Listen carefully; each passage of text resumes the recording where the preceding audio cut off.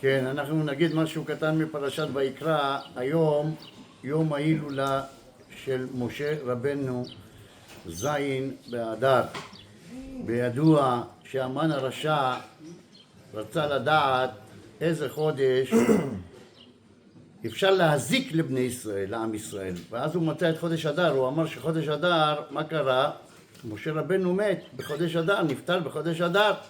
אז זה תאריך, החודש הזה הוא חודש טוב לחס ושלום להזיק לעם ישראל.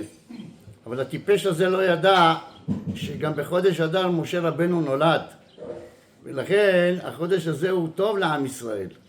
היות והצדיק נולד בחודש הזה, הביא אור גדול לעולם. ידוע משה רבנו בסוף הפרשה, פרשה הקודמת, פרשת פיקודי, שכתוב שמה ויכס הענן את אוהל מועד וכבוד השם מלא את המשכן, ולא יכול משה לבוא אל אוהל מועד כי שכן עליו הענן וכבוד השם מלא את המשכן. אז מה אנשים התחילו לרנן עליו, לדבר עליו? משה רבנו אבי הנביאים התחילו לדבר עליו. הנה משה לא נכנס לאוהל מועד. למה? כי יש שם את השכינה. הוא לא כזה צדיק כמו שחשבתם. בסדר, אבל הוא לא ככה כמו שלצני הדור מדברים על גדולי ישראל. לא מבינים את העוצמה ואת הגדולה של התורה של גדולי ישראל. בא הקדוש ברוך הוא בפרשה הזו, פרשה סמוכה לפיקודי, ויקרא. סיימנו את החומש שמות ומתחיל ויקרא. ויקרא אל משה וידבר השם אליו מאוהל מועד.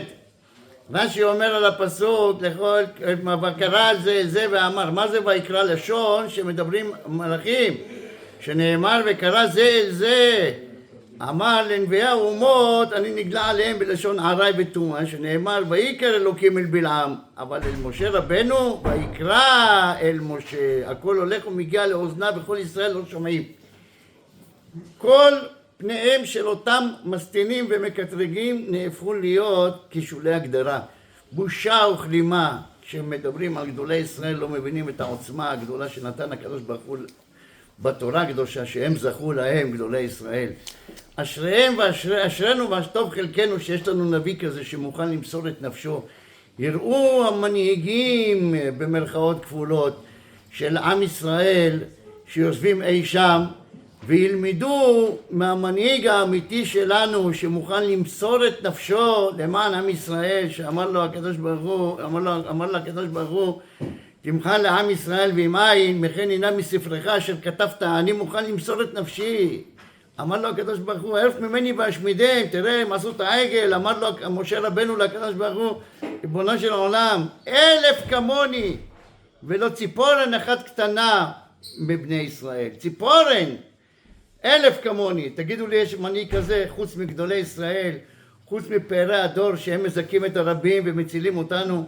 אז יש כאלה מנהיגים באמת שיושבים אי שם במגדל השן?